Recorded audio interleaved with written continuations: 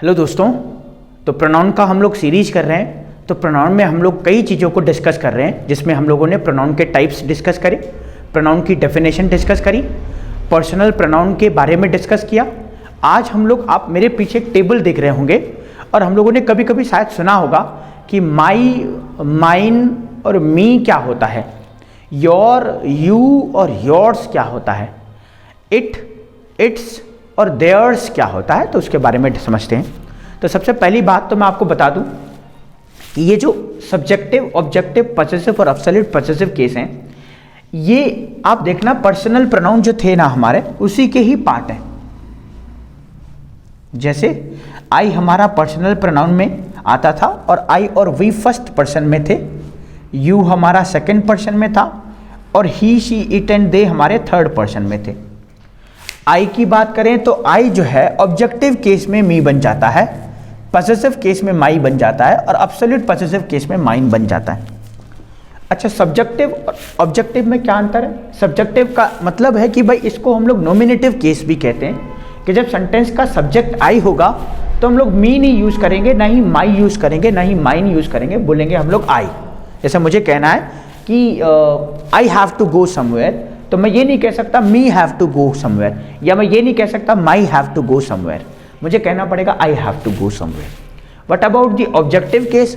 Objective होता है जब आई ऑब्जेक्ट बनता है। जैसे एक सेंटेंस में कहूँ you have given I, you have given I नहीं, यू हैव गिवन मी आ जाएगा, क्योंकि यू हमारा सब्जेक्ट बना है और आई ऑब्जेक्ट बना है, तो आई ऑब्जेक्ट बनेगा तो मी कर लेंगे।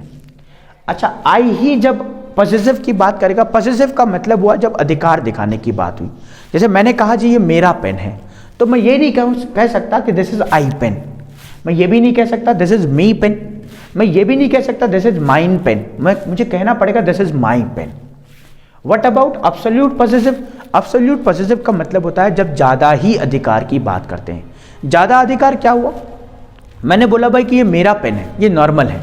जब मैंने बोला ये मेरा ही पेन है, जब मेरा ही घर है, मेरी ही क्लास है, तो आपको बोलना पड़ेगा माइन। और जनरली क्या होता है, एब्सोल्यूट पॉसेसिव के बाद जो है कभी नाउन नहीं आता, और पॉसेसिव केस जितने हमारे पास हैं इनके बाद हमेशा नाउन आता है। एक बार मैं दोबारा से बता दूं, सब्जेक्टिव केस क्या होता है? जब कोई पर्सन हमारा first person, second person, third person subject बनता है। ऑब्जेक्टिव केस कब आता है? जब वो ऑब्जेक्ट बनता है। पॉसेसिव केस जब अधिकार दिखाने की बात होती है, और एब्सोल्यूट पॉसेसिव में जब ज़्यादा अधिकार दिखाते हैं। ऐसी वी का अस, अवर और अवर्स बन जाता है, यू का यू, योर और योर्स बन जाता है, ही का हिम, हिज और हिज बन जाता है, शी का हर, हर और हर्स, इट का इट, इट्स और इट्स, दे का देम, देयर और देयर्स।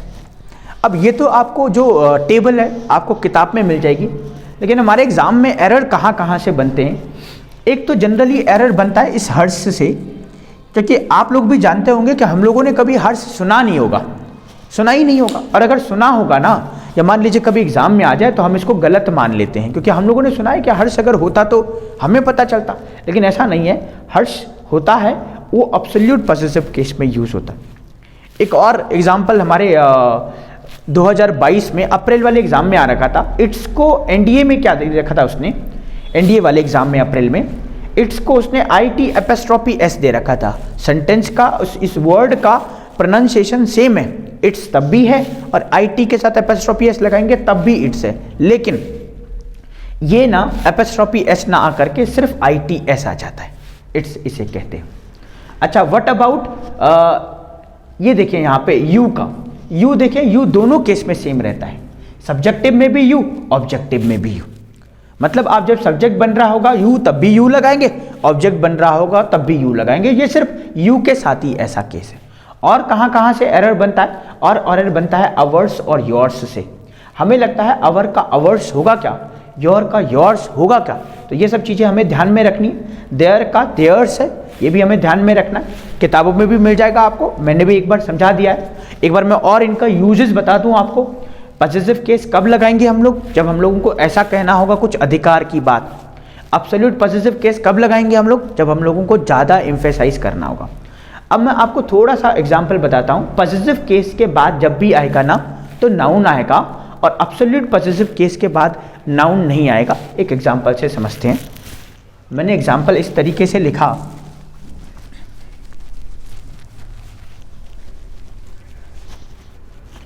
मैंने एक सेंटेंस लिखा,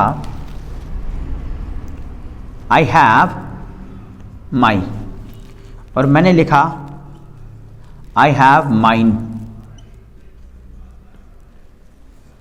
ये दोनों के दोनों सेंटेंस गलत है।